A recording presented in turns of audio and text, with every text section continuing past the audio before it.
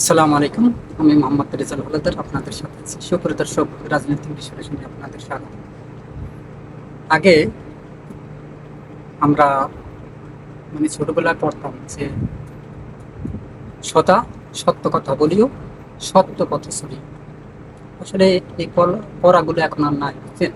কেন বলছি দেখেন, একজন বাংলাদেশের রাজনীতিবিদ যদি এমপি মন্ত্রী বা সেইটুক ভাইরাল হয়, পরিচিত ভালো হয়, তাহলে তার কিন্তু টাকা পয়সার কোনো ই থাকে না, বঙ্গবন্ধুর বিশ্বাস ভাস্কর্য থাকে না। যারা আগে ভাঙচুর করেছে একটা ভিডিও দেখেন, দাবি করছি পরে আমরা আমি ছাত্রলীগের কর্মী ছিলাম না, শুধু দেখেন, ছোটখাটো একটা নেতাও ছিলাম হলের পোস্টে। আওয়ামী লীগ বিএনপির হাতে যদি আবার ক্ষমতায় থাকে কিচ্ছু পরিবর্তন হবে না।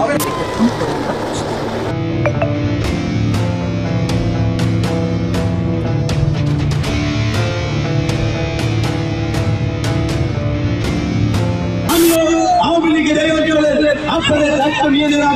আমাদের লজ্জা থাকা উচিত। এই গোর্খালিরা টোটাল গলা চিপা বিএনপি ধ্বংসের করতে গেল।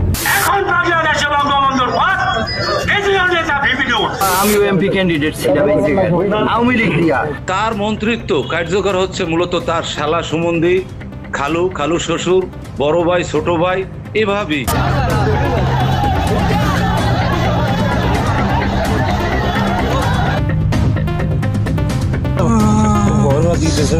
আজকে মন্ত্রী সাহেবের বাইরে অর্ডারে এবং তার নেতৃত্বে আমাদেরকে হামলা করে তারা মারধর করে, তারা ঘরসুর ভাঙাচুর করে, বিপিনুরের নাম ভাঙাইয়া আমাদের অনেক পাওয়ার দেখায়, দাপট দেখায়, করবাদ খাটায়। বাংলাদেশের এই ছাত্র অধিকার পরিষদ এই সংগঠনের প্রথম চুরির দায়ে অভিযুক্ত হয় নুরুল হক নূর।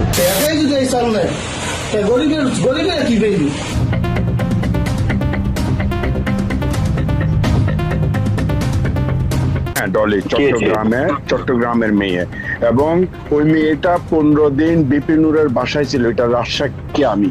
হ্যাঁ নেউল ভাই, এখন হোটেলের বুক দেওয়া লাগবে, বিশেষ করে অন্তত 5 স্টার দেখেন। নূর গিয়ে নিজে গিয়ে টাকা আনছে নানকের বাসা থেকে আসলে আন্দোলনের সময়।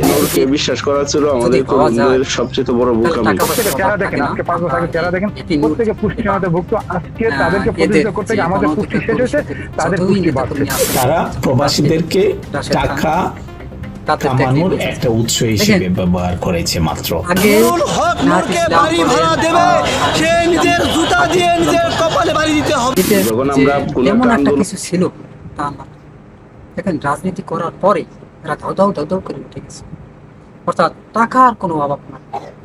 এমনকি আমরা শুনেছি যে এই যে ভিপি নূরের সাথে গণ অধিকার পরিষদের যে চেয়ারম্যান বলেন, যে প্রধান বলেন, ভিপি নূরের সাথে আপনার ইসরায়েলে যে মোসাদ নামের একটা সংগঠন আছে, তাদের সাথে সংগঠন মানে যোগাযোগ।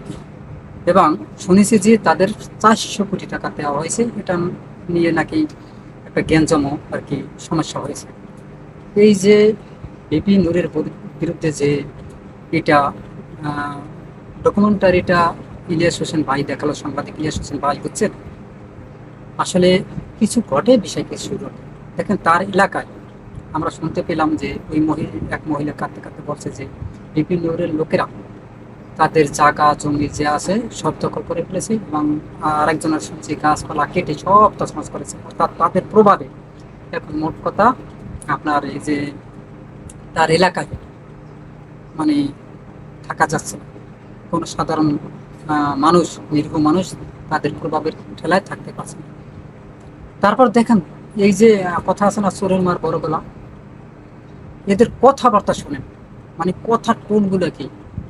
তারপরেও যারা অন্যায় করে তারা থাকবে বিড়ালের মতো, কিন্তু না, চোরের মার কথা আছে না, বড় গলা। যারা চুরি করে তাদের কিন্তু গলা দেখবেন বড় বড় থাকে, যে ওই শাক দিয়ে মাছ ঢাকার মতো একটা ব্যবস্থা আর কি। দেখেন, বিভিন্ন গণ অধিকার পরিষদ কবে থেকে তিনি রাজনীতি করেছেন? সেই দিনের ছেলে। কিছুদিন আগেও আমি শুনেছি যে আপনার ঢাকা বিশ্ববিদ্যালয়ের মায়ের দিয়ে হতেই হেলাইছি। তার বাবা ছিল একজন সামান্য কৃষকও না, কৃষকের ওই যে ধান মাপে না, কয়লাদার আর কি, যেটাকে বলে আমাদের দেশে, ওই যে পালাই করে আর কি ধান মাপে, এরকম এটা। সেই ধান মাপতো বাড়ি বেরিয়ে গিয়ে ধান মাপতো, এবং তিনিও ছিলেন একদম দরিদ্র, হত দরিদ্র পরিবারের সন্তান বিপিন। তাহলে তার এই যে হাজার হাজার কোটি টাকা কোথা থেকে আসলো, এটা আসলে দেখেন বিরোধী দল থাকলে ঠিকই সরকার কিন্তু এটা ভালোভাবে জাস্টিফাই করতো এবং তাকে বহিষ্কার করে তার সমস্ত সম্পদ জব্দ করা হতো, কিন্তু কই না, দলীয় লোক তারা জব্দ করবে না, বরং দিন দিন তাদের সম্পদের পরিমাণ আরো বেড়ে যাবে। এমনকি এরকমের ঘটনা শোনা যাচ্ছে যে বিদেশে যে লোক পাঠানো হয় তা থেকেও কয়েক কোটি টাকা তারা মেরে দিয়েছে। এখন কথা হলো, এই যে বিদেশে যারা মানে লোক পাঠায়, মানে আপনি দিয়ে যান পার্শ্ববর্তী দেশ ইন্ডিয়া দিয়ে যান, কত টাকা লাগে জানেন? মাত্র 80,000 টাকা। আপনি উন্নত কান্ট্রিতে যেতে লাগে 2.5 লাখ 3 লাখ টাকা, সেখানে বাংলাদেশের লাগে 15 লাখ টাকা, মানে 5 গুণ বেশি। এবং সামান্য আপনি সৌদি আরবে যাবেন 5 লাখ টাকা নিয়েছেন, আর দিয়ে যান ইন্ডিয়া দিয়ে যান, দেখবেন তাদের লাগে 80,000 টাকা। তাই দেখেন 1 লাখই ধরে, 1 লাখ আর 5 লাখ, তাহলে কত? 5 গুণ। এখন ঘটনা হলো, আসলে এই টাকাগুলো কারা নেয়? এই রকমের যারা অসৎ উপায়ের নেতা আছে তারা নেয়। কিছুদিন আগে আপনার মির্জাপুর ইসলাম আলমগীর একটা কথা বলছেন, জানেন কি বলছেন? যে আমাদের দেশ থেকে আসলে এখনো দুর্নীতি কমে নাই, কথা কিন্তু বাস্তব কথা বলেছেন। এর মানে এই পক্ষে কিন্তু রায় দিয়েছেন বিরোধী দলের নেতা ডক্টর শফিকুর রহমান, তিনিও কিন্তু বলেছেন যে আসলে যদি মানে এদেশ থেকে আসলে দুর্নীতি কমে নাই, কথা বাস্তব। এখন আরেকজন মন্ত্রী বলছেন যে এর দেশ থেকে দুর্নীতি চাঁদাবাজ কমবে না, এবং ডক্টর শফিকুর রহমান বলছেন যে দুর্নীতি চাঁদাবাজ কমবে কেমনে? আপনারই তো তার গডফাদার, আপনারাই তো এগুলো লালন পালন করেন, আপনারাই তো খান। তাহলে যারা মানে কথা আছে না, যাকে দিয়ে ভূত ছাড়াবো তাকেই যদি ভূতে ধরে, তাহলে ভূত ছাড়াবো কাকে দিয়ে? কথা আছে না, এরকমের যারা রাজনীতিবিদ আছেন, আসলে আমরা বিশেষ করে একজন প্রতিনিধিকে কেন ভোট দিই জানেন?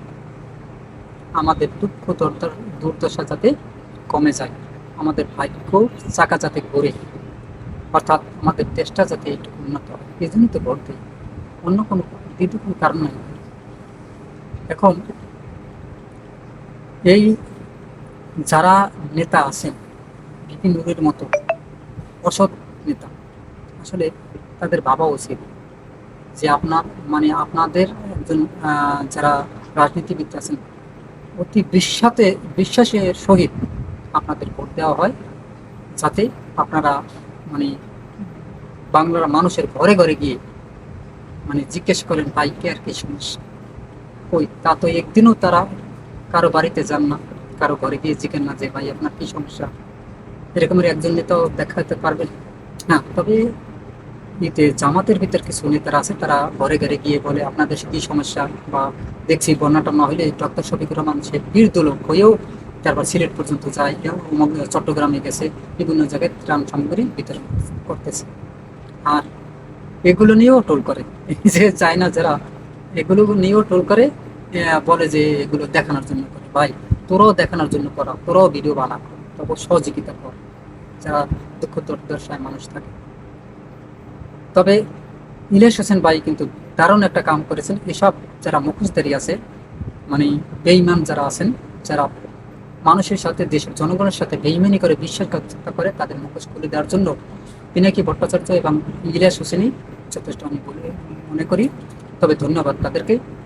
তবে সব নেতাদের বিরুদ্ধে একটাই আমাদের রিকোয়েস্ট, দেখেন আমরা আপনাদের কাছে ঘরে ঘরে খাবার চাই না, আমরা চাই আমাদের দেশটা যাতে উন্নত হয়, আমাদের দেশের রাস্তাঘাট যাতে ভালো হয়, আমাদের দেশের শিক্ষার ব্যবস্থা যাতে ভালো হয়, দেশটা যাতে বিশ্ব দরবারে একটু মাথা উঁচু করে দাঁড়াতে পারে, এটাই আমাদের চাওয়া, আর কিছু। সুপ্রিয় দর্শক, আপনারা কি মনে করেন? অবশ্যই আপনার মতামত কমেন্টে জানান। ভিডিওটি ভালো লাগলে আরএস বাংলা নিউজ 24কে সাবস্ক্রাইব করুন, লাইক ও শেয়ার দিয়ে সবাইকে দেখার সুযোগ করে দিন। সে পর্যন্তই, আসসালামু আলাইকুম রহমতুল্লাহি ওয়া বারাকাতুহু।